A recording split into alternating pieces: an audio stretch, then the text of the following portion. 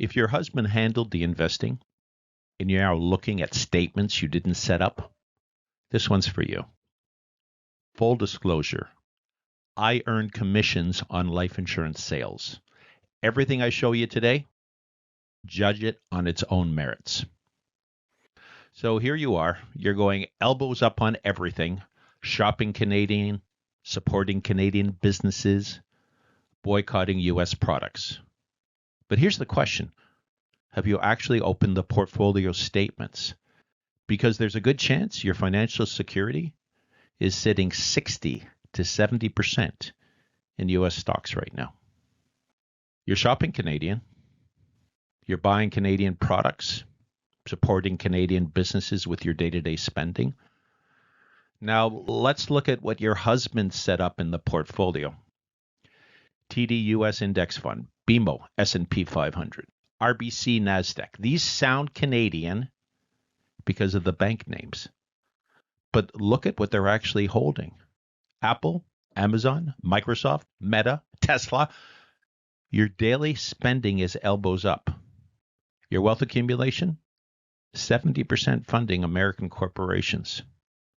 Compared to what? Your lifestyle says Canadian.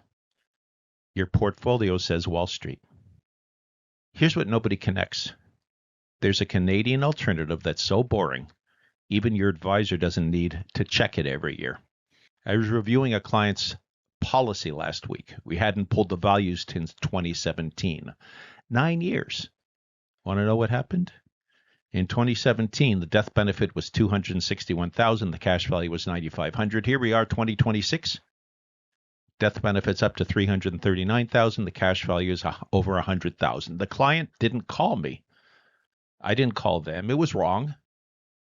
But the policy just ran boringly, predictably, like watching paint dry. That's Canadian participating whole life. Equitable has paid dividends for 176 years. Sun Life for 153, Canada for 178.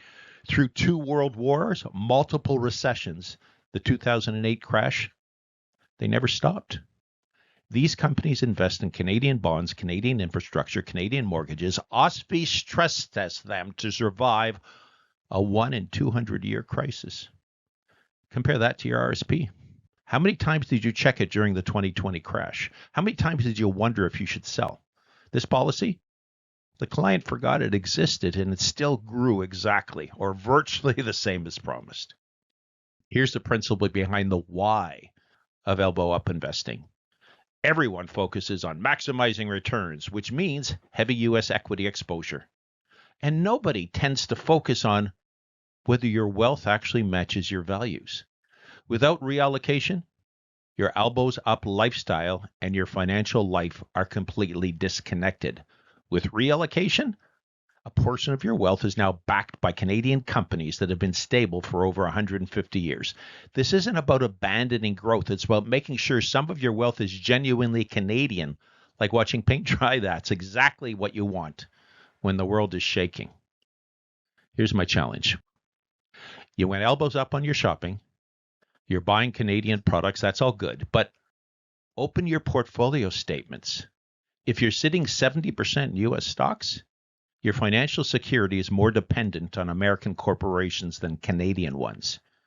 Here's my bias. I'd rather have a portion of wealth in a Canadian insurance company, backed by Canadian government bonds, paying dividends for 175 years, stress tested by OSFI to survive a 1 in 200 year crisis, than keep 70% riding on U.S. tech stocks during a trade war. That's not pessimistic. That's consistent. I say you should talk to your advisor, ask them, what's my real Canadian exposure? Show me the numbers. Put it in writing. How much is in the U.S.? Because the first step isn't complicated. It's just knowing where your money actually lives.